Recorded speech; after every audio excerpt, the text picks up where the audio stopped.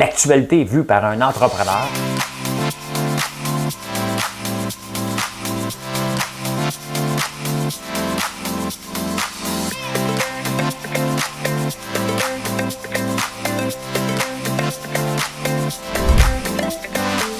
Ça bulle, parce que des fois j'ai des bulles, mais ça bulle.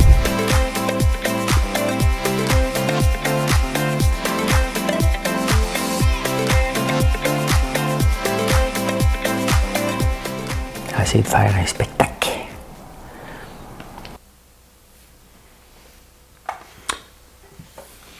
Quelle date qu'on est? Le 18 août, bon matin, on est mercredi.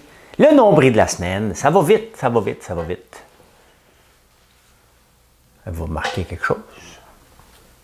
Les cheveux détachés? Ah oui, ouais. Hey, de quoi qu'on va parler ce matin? Ouais, on va être obligé de parler de vaccination dans le personnel de la santé. Surtout le côté syndical qu'on va aborder, tu sais, j'aime ça. Fait que chacun ses angles lorsqu'on apporte une nouvelle. Le branding de politiciens, hein? Autour de Nicodère.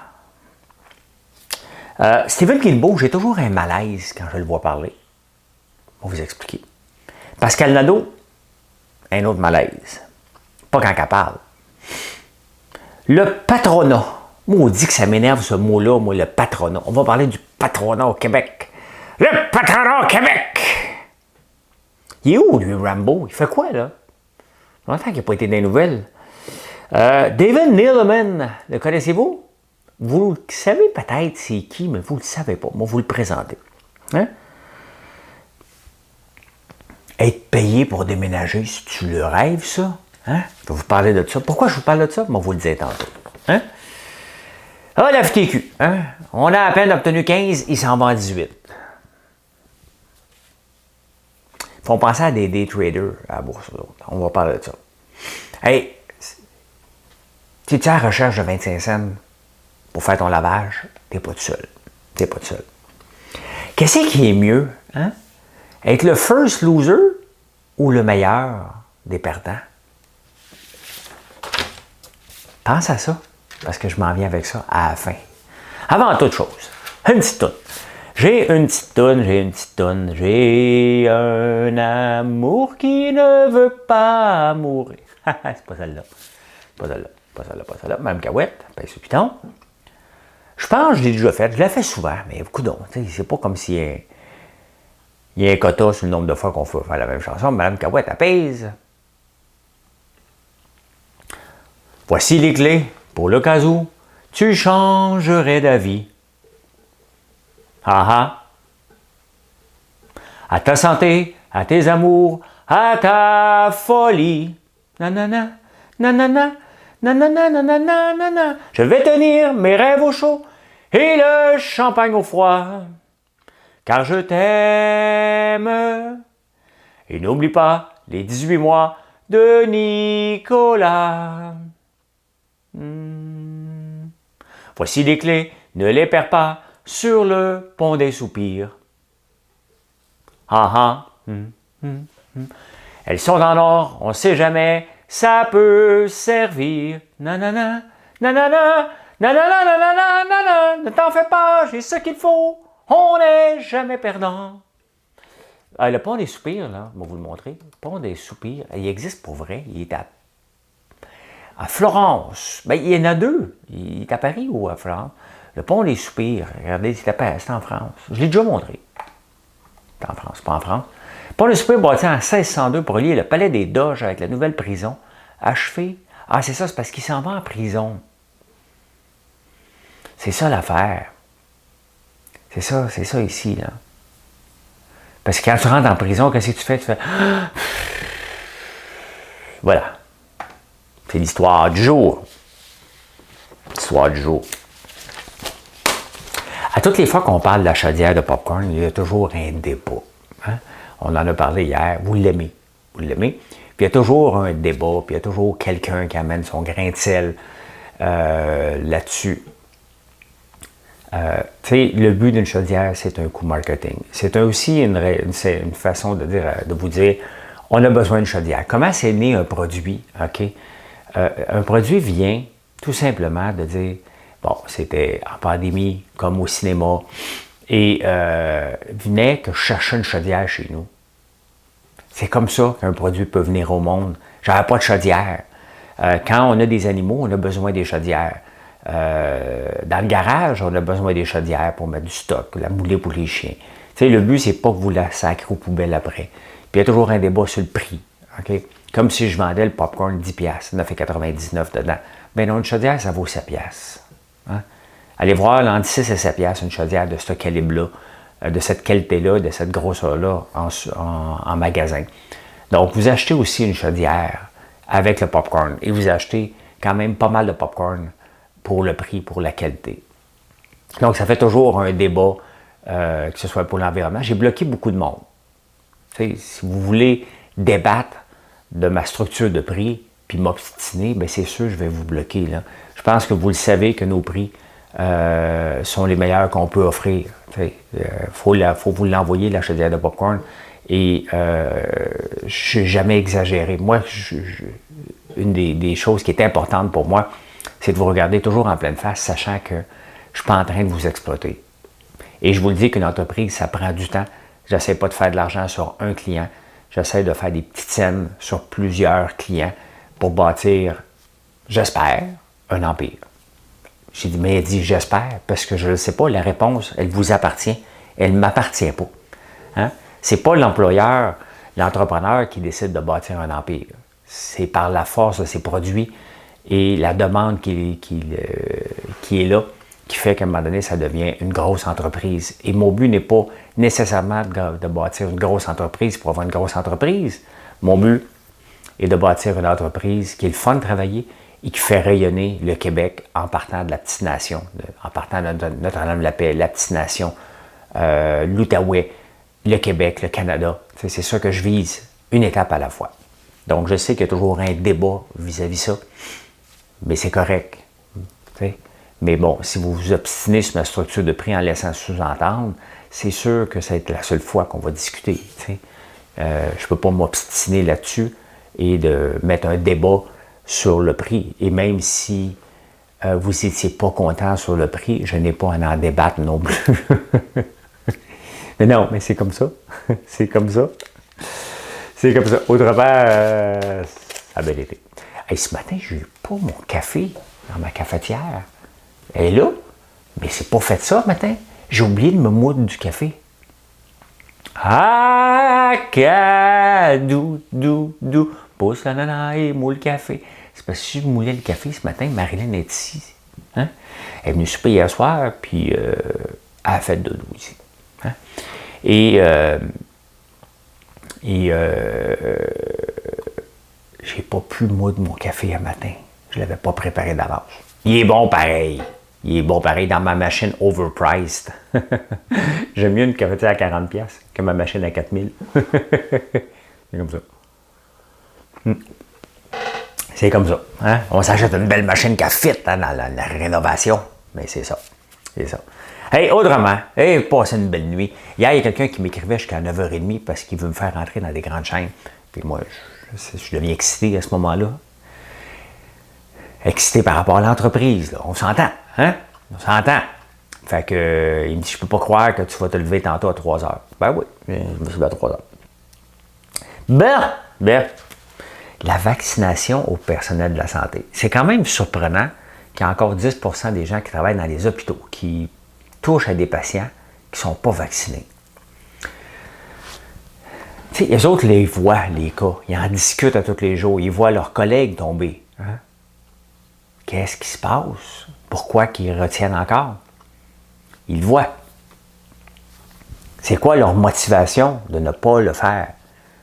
Tu sais, je comprends pas personne qui le fait. Là. Puis d'ailleurs, il y a un article dans le National Post qui dit que ça divise les familles de plus en plus, des amis avec qui tu ne parles pas. Tu sais, c'est sûr que moi aussi, là, si je vois que tu es mon ami, tu fais juste rapporter des affaires contre le vaccin, ça se peut que je ne te parle pas. Hein? Ça se peut. L'autre jour, j'ai quelqu'un avec qui je parlais sur la page, un gars intéressant, puis à un moment donné, il est devenu, il m'a plugué 2-3 affaires anti-vaccins, je lui ai dit, ah, va jouer ailleurs. Je ne discute pas de ça, moi. Je ne discute pas du vaccin de la polio, du tétanos, je ne discute pas de ça, moi. Je ne discute pas de ça. Donc, ça me surprend que le personnel de la santé n'est pas encore tout vacciné après tout ce qu'ils ont vu. Et là, bon, le gouvernement a dit, bon, c'est assez, là, on va rendre ça obligatoire. Ah là, la Charte des droits et libertés. Hey, la Charte des droits et libertés vient des deux bords. Là, hein? Travailler pour un employeur, c'est pas un droit, c'est pas une obligation, c'est pas un droit là, acquis, là, OK? Il y a des obligations et l'employeur a encore le droit de mettre quelques règles. Et si ça ne fait pas ton affaire, tu peux toujours démissionner. Hein? Et là, le syndicat dit, ça va trop loin. Le syndicat, là, il est là pour protéger l'ensemble des membres. Pas 10% des membres, l'ensemble des membres. Et 90% des gens travaillant dans la santé sont vaccinés. C'est ceux-là qui doivent protéger. Quand quelqu'un, mettons, qui n'est pas vacciné, tombe malade, bien, c'est de 90 autres qu'il va falloir qu'il fasse du temps supplémentaire pour couvrir celui qui est malade parce qu'il a décidé de ne pas le faire. Pourquoi les syndicats ne comprennent pas ça? Pourquoi même discuter? Les syndicats devraient faire partie de la solution, pas amener un autre scepticisme dans la population. Franchement, c'est... Tu sais, des fois, les syndicats perdent toujours un accord. Tu sais, la maudite culture du non, là. La maudite culture du non. Non! On n'a pas été consultés. Mais oui, mais il n'y a pas de consultation à faire. OK? Les cas reprennent. Et je mets un petit peu de crème.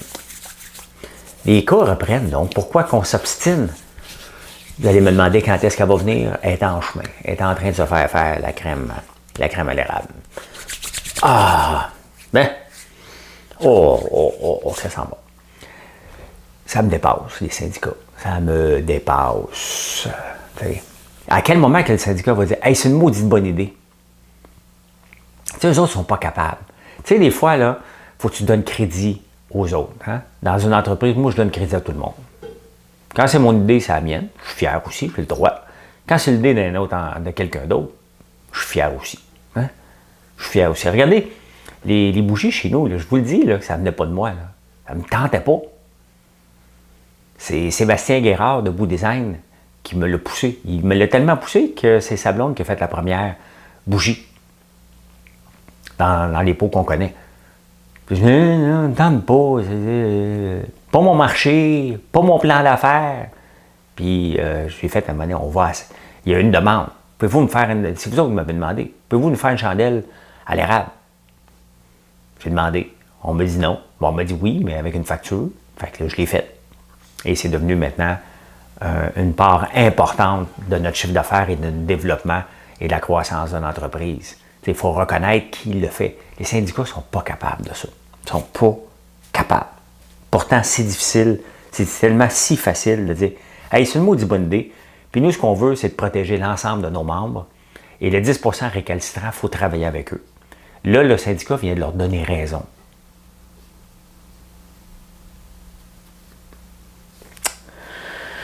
Ah. Voilà. Vous avez vu, on va vous le montrer. Hein? O'Toole, comment il s'appelle? Erin? Erin O'Toole? Ah ouais, c'est ça, c'est Erin. Erin O'Toole, l'image. Des fois, vous ne l'ayez pas vu. Hein? GQ, il veut avoir de l'air cool. Hein? GQ. GQ, c'est Gentleman Quarterly, c'est le magazine. Bon, vous voyez, si vous ne l'aviez pas vu, là, je vous le présente. Le voici. Hein? Il veut avoir de l'air cool, il veut avoir l'air d'un gars dans Men's Fitness. Moi-même, je poserais comme ça, vous me diriez. Il y a l'autre qui veut montrer ses bras. Mettons, je suis comme ça. Hein? On a le même chandail.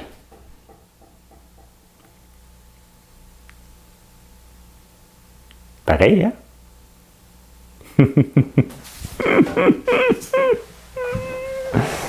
Hein? C'est pareil.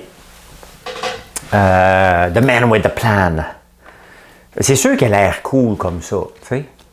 Mais tu sais, avoir l'air cool et être cool, c'est une autre affaire. Tu sais.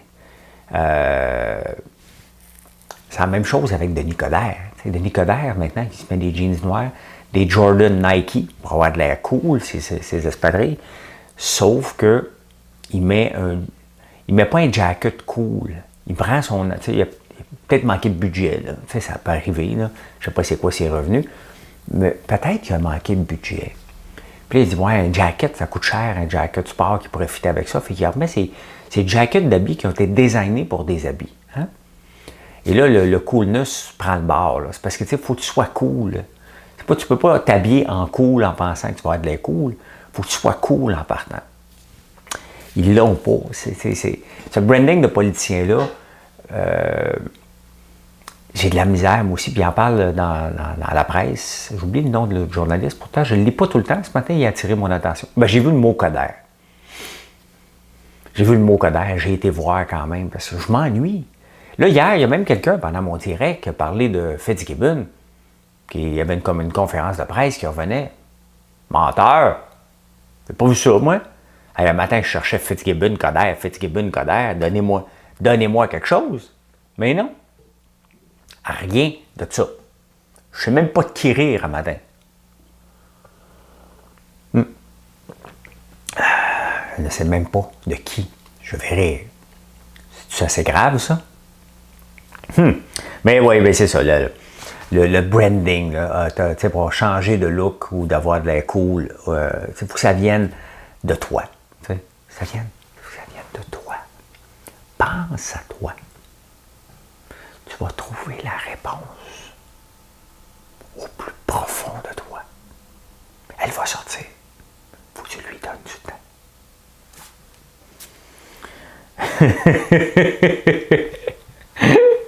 Je me stresse plus qu'autre chose à faire ça. Tu sais? Pense à toi.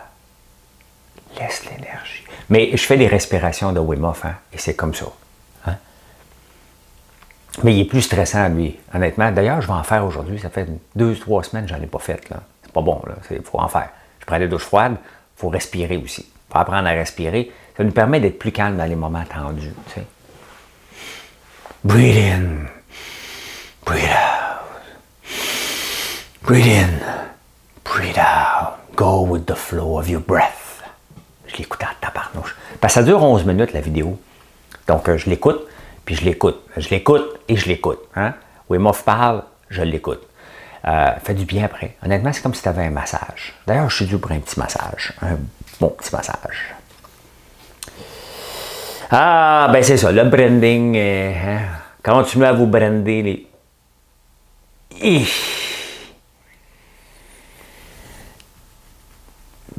Oh! Ça... Faites un rewind puis réécoutez-le, vous allez voir que je m'en allais pas à bonne place. Hey, Stephen Guilbeault, y a-tu juste moi qui ai un malaise quand je le vois parler, lui? Hein? Il a de l'air du gars qui n'est pas à bonne place. T'sais? Parce que là, il parle, c'est le ministre du patrimoine, on s'entend, là. T'sais? Il y a autant d'atomes crochus entre Stephen Guilbeault et Radio-Canada que moi, mettons, avec la culture. Ben, je ne suis pas contre la culture, c'est que moi, je trouve une corde de bois. Je trouve que c'est un art. Vous autres, vous trouvez, ben pas vous autres, pas tout le monde, là, mais il y en a vous trouvez une peinture avec du bleu, blanc, rouge, un art. Vous regardez, hein, puis vous êtes de même. Hein, je le sais, je le limite souvent, mais vous êtes de même. Hein.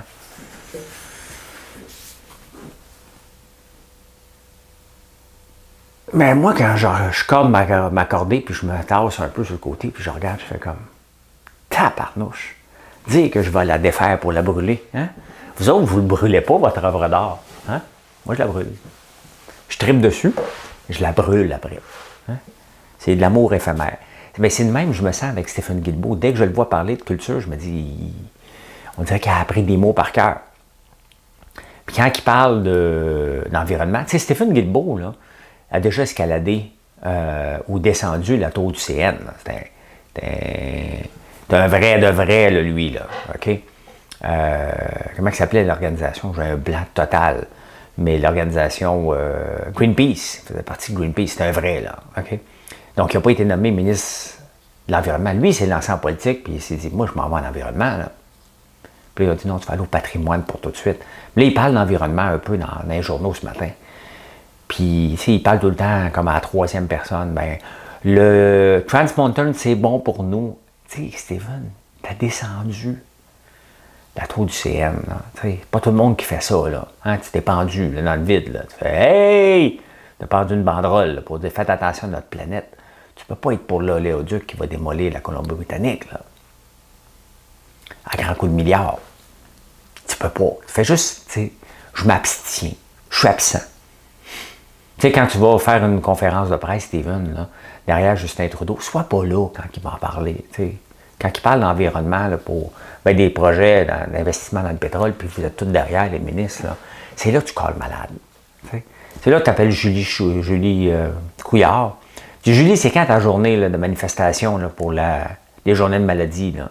Le lundi? Parfait. Assure-toi que Justin le fasse le lundi pour prendre une pause, ne pas être là. Parce que quand tu parles d'environnement, je suis comme malaise, j'ai comme un malaise que tu ne sois pas là. Hein? Tu es comme le gars le plus compétent et tu n'es pas là. Pascal Nadeau, celle qui m'a fait écouter les nouvelles depuis que j'étais jeune, là, voyons, au téléjournal, ici, Pascal Nadeau, Montréal. Ils prennent une pause, hein? Des fois, même aux nouvelles, vous remarquer ça, quand j'écoute les nouvelles à TVA Nouvelles, ils vont bien vite. Puis là, ils disent, OK, puis là, ils font leur topo, puis là, ils disent, ici François Lambert, à Montréal. Puis ils disent vite le nom, puis ils prennent une pause à Montréal. Bien, Pascal Nadeau ne travaille plus pour Radio-Canada. Elle a eu une plainte, c'est ce qu'on comprend. Elle avait comme pris sa retraite, mais c'était pas une retraite, ils l'ont sacré dehors. Hein? Après 39 ans, out. 33 ans. Out.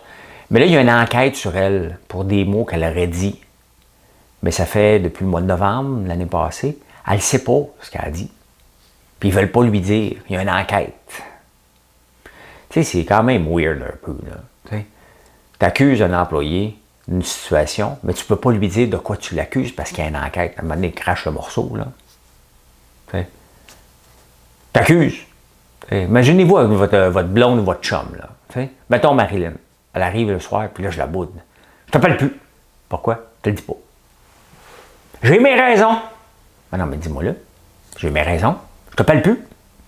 Ouais, mais dis-moi là si tu veux qu'on règle la situation. Non. Non, je vais faire mon enquête. Vous voyez comment c'est ridicule? Ben, c'est ça, Radio-Canada. C'est ridicule de même. Palais. Le patronat! S'il y a bien un mot qui me dérange, moi, c'est le patronat. Ça fait tellement boss, là. Il devrait changer le nom. T'sais, on change, on ne dit plus des sourds. Hein? On ne dit plus des aveugles. On dit des malentendants et des non-voyants. Hein? Il y a bien d'autres mots comme ça là, qu'on a remplacés. On peut juste changer patronat. Hein? Le maudit patronat! Tu sais, c'est comme ça, c'est comme si on était des patrons. Alors que on est des patrons, là. Mais y a-tu quelqu'un qui pense que je suis un patron, moi, dans mon entreprise? Pas moi le boss, là. Hein? Moi, je paye les chèques. Pas moi, là, Marilyn, là, mais c'est moi qui le signe. Ben, on ne signe plus, on fait des transferts. Vous comprenez le principe? Le mot patronat me dérange. Hein? Mais au moins, on est d'accord sur un point, c'est que le patronat demande l'abolition de la PCRE, de l'aide aux entreprises. Écoute, on va arrêter de se faire aider. On manque d'employés. Donc, c'est un cri à l'aide qui dit à Justin, arrête de nous aider. En est trop. Justin dit non, vous avez encore besoin. Les Canadiens, les Canadiennes ont encore besoin. Ah, OK, peut-être les pilotes d'avion, là, tu sais, mais les artistes. Mais il faut apprendre à se renouveler aussi. Ça se peut qu'on ne peut pas te maintenir à vie avec une... Peut-être que ta job ne la retrouveras pas jamais, là. Tu sais, faut comprendre. Faut comprendre, là, tu sais. Fait que le patronat, le maudit patronat, j'aime pas ce mot-là. Je suis pas capable. On n'est pas des patrons. Ceux qui se comportent encore comme patrons, ben, c'est eux autres qui ont des griefs. T'sais.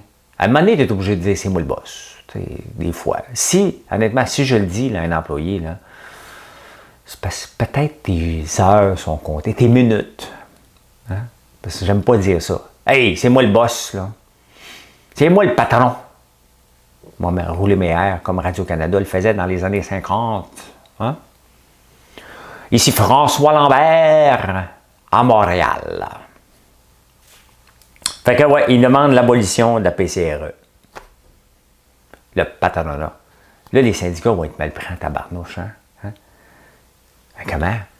Tu peux abandonner ça? Ben oui, c'est assez. Ben oui, okay, mais c'est parce qu'on va être d'accord avec toi. Ils peuvent pas. Ils vont trouver quelque chose. Ils vont trouver un angle. David Neeleman, c'est intéressant, ça. Tu sais, moi, j'ai dit dans ma bio, je marque que j'étais un serial entrepreneur. Maintenant, je ne le suis plus. Tu sais? Je suis rendu un entrepreneur. Un solo entrepreneur. Non, pas solo. Rendu un entrepreneur. Une seule entreprise, c'est tout ce qui m'intéresse. FrançoisLambert.one. Elle l'emmène to the sky is the limit and even beyond that. Hein? Parce que maintenant, avec les rêves qu'on peut aller sur la Lune, le sky n'est pas assez gros pour moi.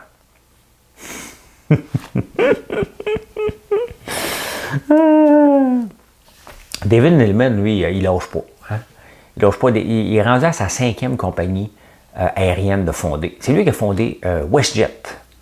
WestJet, Lindbergh, quand Robert Charlebois l'a chanté, WestJet n'existait pas. C'est lui qui a lancé JetBlue aussi aux États-Unis. Il en a lancé d'autres, c'est à sa 5e. Là, il lance Breeze Air parce qu'il veut rendre ça easy. Parce que c'est compliqué de voyager, fait qu'il veut rendre ça plus easy. Il vient d'en lancer un autre, je pense que c'était au UK. Ce que je retenais, je suis en train de lire l'article sur lui, et j'ai retenu, c'est sa 5e compagnie d'aviation, qui fonctionne, by the way. J'ai oublié les 3 autres noms. Mais il y a 10 enfants. Il peut bien, lui, lancer des compagnies aériennes. Il veut-tu se pousser à l'heure du souper, lui, quand c'est le temps de dire « Bébé, viens-tu m'aider à faire la vaisselle? » Oh, tabarnouche! L'histoire ne dit pas si c'est avec la même femme, là, t'sais. Mais, quand même 10 enfants. Et tabarnouche! 10 enfants! Et bravo! Puis en même temps, mais pourquoi? Pourquoi? Peut-être parce qu'il y avait une mesure avec Jean Talon. Je vais en parler tout de suite. Il était peut-être en train de lire l'histoire. Il a confondu l'histoire avec la réalité. T'sais? Parce que il y a de plus en plus de villes qui payent pour vous avoir. T'sais, on a eu des villes ici aussi, on donné des maisons parce que les écoles se vidaient. Là, maintenant, les gens retournent de plus en plus à la campagne. Mais il y a encore des villes qui en arrachent, des villages qui en arrachent, un peu partout dans le monde. Et ça m'a fait penser à ça parce que François Legault, hier, il a parlé des gens qui travaillaient dans le Nord, puis ils veulent qu'ils habitent le Nord. Donc, il va donner des incitatifs pour que les gens habitent le Nord. C'est comme à Chibougamau. Ben, si tu vas travailler à Chibougamau, ils veulent que les gens déménagent là-bas, pas qu'ils ramènent l'argent vers les grands centres, parce que sinon ça ne donne rien. Tu sais, ça appauvrit les gens locaux, tout simplement. Mais il y a des villes aux États-Unis qui sont généreuses. Ben, un peu partout dans le monde. Il y a tout ça à Oklahoma, eux autres, nous donnent 10 000 $. 10 000 $. Si tu viens d'habiter ici, on te donne 10 000 $. Quand même. Hein?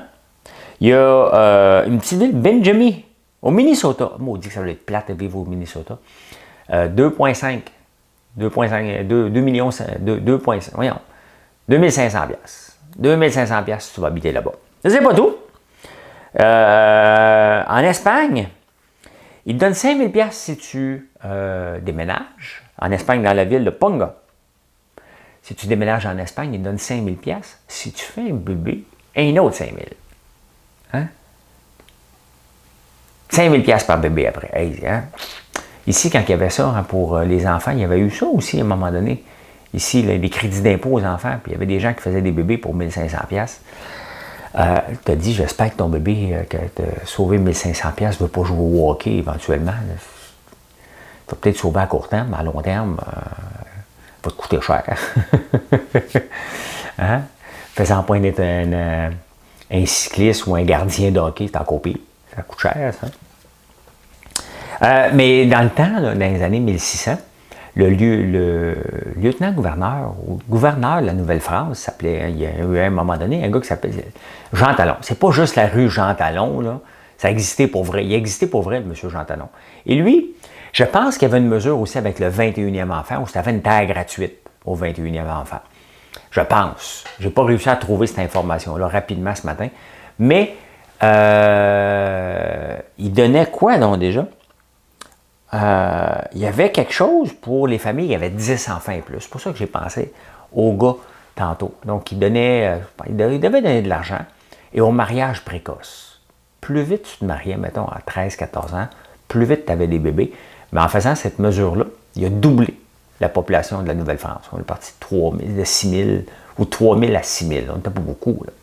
On n'était pas beaucoup dans ce temps-là. Mais oui, il y avait des mesures aussi au 10e enfant. Tu sais, quand tu commences au premier, tu dis « Hey bébé, il faut y aller jusqu'au... » Je ne sais pas si ça s'appelait bébé dans ce temps-là, hein, dans le couple. Ça se parle là-dessus. Comment c'était dans les années 1600, les couples? Ça se partageait-tu les tâches? Y avait-tu... c'était à ton tour de faire la vaisselle? Il faisait-tu la vaisselle? Tu sais? Ben oui, il faisait la vaisselle. Innocent. Innocent. Intéressant, intéressant. Bon! Salaire minimum n'est pas encore 15$ de l'heure, tu sais, c'est parce qu'à un moment donné, le salaire minimum, ça a l'air de rien, là, mais quand je me suis lancé dans le centre d'appel en 2004, le salaire minimum était 7,5$ de l'heure, je pense. On payait 12. Hein? Les gens qui pensent « Hey, t'exploites le monde! » Je payais 5$ de plus que le salaire minimum. Même on payait entre 12 et 14. Hein? Fait que, c'est ça. Fait que tu te mets pas riche, mais qu'est-ce que tu veux que je te dise? Tu es payé plus que le salaire minimum. Là, on l'a augmenté. Hein? On voulait à 15$ de l'heure. Il est à 13 et quelque chose, je ne sais pas combien. Nous autres, parce qu'on paye tout le temps 15$ de l'heure. Minimum. Chez nous. Là, la FTQ dit « Ah, t'as un peu. » Ils ont presque atteint l'objectif. Hein? Fait que là, quand tu atteins ton objectif trop vite, il faut que tu le changes. Tu sais, mettons, moi, je vais avoir 1% du marché des chandelles. Je vous l'ai dit, le chiffre. C'est quoi le chiffre? Des bougies. Des bougies. 414 bougies par jour. Dans les savons, c'est 1000. Donc, mettons là, que j'atteins l'objectif dans 2 mois. On s'entend-tu que maintenant, après ça, je veux le 2% du marché? Hein? C'est comme ça, il faut ajuster. Fait que là, le problème, on est monté trop vite vers 15$ de l'heure. La FTQ dit je vais avoir 18. Ça, c'est comme avec la folie des maisons en ce moment. Tu mets ta maison à vendre 100 000. Quelqu'un qui arrive et dit moi, l'acheter 100 000. Oh non, non, c'est 105 000. Maintenant, tu viens de mettre 100 000. Oh oui, j'ai changé d'idée. Tu sais? Ben oui, 18$ de l'heure, toi. Ils veulent 18$ de l'heure. Tu sais, quand tu cherches à un moment donné, là, dans les bureaux de syndicats, comment ça se passe? Tu sais? Ils disent bon, on a le plein emploi, tout va bien, qu'est-ce qu'on pourrait faire? On demande-tu le salaire minimum? On demande-tu le salaire minimum? On fait une conférence de presse. Ouais. Salaire minimum à 18$. Eux autres, ils n'ont rien compris comment ça se passe. Hein? On capote en ce moment. Les marchés financiers capotent sur l'inflation. Si on monte le salaire encore d'un autre 4$ de l'heure, parce qu'il est 13,5, donc à peu près 5$, 4,5$ de l'heure, il y a quelqu'un qui va payer, là. Parce que vous pensez que le méchant patronat s'en met dans les poches, ça ne marche pas de même. Okay? Il y a très peu de dirigeants d'entreprise qui sont riches, mais c'est parce que vous pensez tout le temps à celui d'Air Canada qui a empoché la PCRE pour se verser des dividendes. C'est à ça que vous pensez. Hein? C'est à ça que vous pensez. C'est l'exception. Les PME, il n'y en a pas beaucoup qui font beaucoup, beaucoup d'argent. Il y a plus de chances d'être riche en étant un électricien ou un poseur de tôle que d'être un dirigeant d'entreprise. Je vous le dis. Il y en a très peu. On pense tous qu'ils sont tous riches. Ils vivent de leur passion. Leur passion leur coûte beaucoup de sous et de temps aussi. Il faut y penser. À la recherche de 25 cents, hey, ça c'est intéressant. À travers l'Amérique du Nord, on n'utilise plus beaucoup de change. Puis notre change reste dans notre petit cochon où il est à la banque. Donc, on n'a plus de 25 cents. Moi, j'en ai plus de 25 cents ici. Donc, si j'habitais dans un bloc, puis il fallait que j'aille faire le lavage, j'en aurais pas de 25 cents. Le monde capote pour rechercher des 25 cents pour aller faire le lavage. Ben oui, il n'y en a pas. C'est assez spécial. À travers l'Amérique du Nord, on manque de coins. On manque de 25 cents. C'est pas au casino qu'on en a, mais il n'y en donne plus au casino. Ça fait longtemps que je n'ai pas été au casino. Ça fait très longtemps. Ben, il était fermé. On ne peut pas y aller. Tu sais, en affaires, ou même aux Olympiques, des fois, je fais souvent des liens entre les Olympiques et les affaires. C'est très intéressant, l'article sur lequel je suis tombé. Qu'est-ce qui est mieux? On s'entend? Ce qui est mieux, c'est de gagner une médaille d'or. Hein? Ce qui est mieux, c'est de gagner un appel d'offres. Voilà, vous comprenez le principe du lien que je veux faire. Ou un appel d'offres où on gagne un contrat, on gagne une place sur la tablette. C'est ça, moi je ne réponds pas à des appels d'offres, moi je veux gagner une place dans votre cœur, une place sur une tablette de votre magasin. C'est ma médaille d'or à moi. Donc quand je réussis, je dis, ah, j'ai gagné cette bataille-là, hein, c'est une victoire. Aux Olympiques, on veut gagner la médaille d'or, puis des fois, on ne l'a pas, on finit avec la médaille d'argent. Puis là, on a dit, j'étais si proche, tu es obligé de te justifier. Hein? J'étais si proche, j'ai presque gagné, mais non, tu es obligé de te justifier. Donc, tu es le first loser. C'est ça que tu es. Tu es obligé de te justifier que tu aurais pu avoir la médaille d'or. Quand tu gagnes la médaille de bronze, c'est pas toi le first loser. C'est pas toi que tu es loin du premier. Tu es quand même troisième, mais tu n'as pas besoin de te justifier. Ah, j'aurais peut-être pu gagner. Tu dis, ben écoute, je suis le meilleur des perdants parce que les autres ont fini 4e, 5e, 6e. J'ai quand même fini 3e et tu passes sous le radar. T'sais? Donc, qu'est-ce qui est mieux? Avoir la médaille d'argent, tu es obligé de te justifier constamment. T'sais, tu perds un appel d'offres, là. C'est frustrant un peu. Quand tu es 3e, tu dis, ouais, celle-là, on l'a raté. Tout simplement. Donc, tu peux dire, hey, OK, qu'est-ce que je fais maintenant pour m'améliorer? Regardez à notre échelle. Hein? Jeff Bezos poursuit la NASA parce qu'il veut être capable de soumissionner pour aller sur la Lune. Et c'est SpaceX qui l'a. Donc, il est 2e, puis il n'est pas content. S'il était 3e, on n'entendrait pas parler. Hein? C'est comme ça. Donc, on veut gagner la médaille d'or. On ne veut pas être 2e ni 3e. Mais 3e, il y a comme un degré de satisfaction. Tu dis, j'ai quand même fini 3e. 2e, tu dis, j'aurais pu finir 1er. Mais des fois, finir 2e, c'est de rien avoir. On ne se souvient pas de toi. Là. Tu sais, c'est sûr, ben oui, on s'en souvient là, quand tu viens de gagner là, la médaille. Ben après ça, on ne s'en souvient pas. Là. Qui a gagné la Coupe Stanley l'année passée? Cette année, c'est Tampa. L'année passée, moi, je ne le sais pas, mais ceux qui aiment ça, qui était finaliste contre? Ça ne se souvient pas. Hein? Ça ne se souvient pas. Voilà comment j'ai vu l'actualité aujourd'hui. Intéressant aujourd'hui, mon frère est sur la route. Il va passer à Montréal après. Il s'en va chercher les cannes, les petits bébés canards, à Stansted. Et il va passer, fait que je vais faire une petite vidéo en direct du camion pour vous montrer des petits canards qui s'en vont à la ferme aujourd'hui. Puis plein d'autres choses. Si vous aimez la bourse, venez me voir souffrir à 9h25 sur YouTube. Autrement, bonne journée tout le monde. Bye.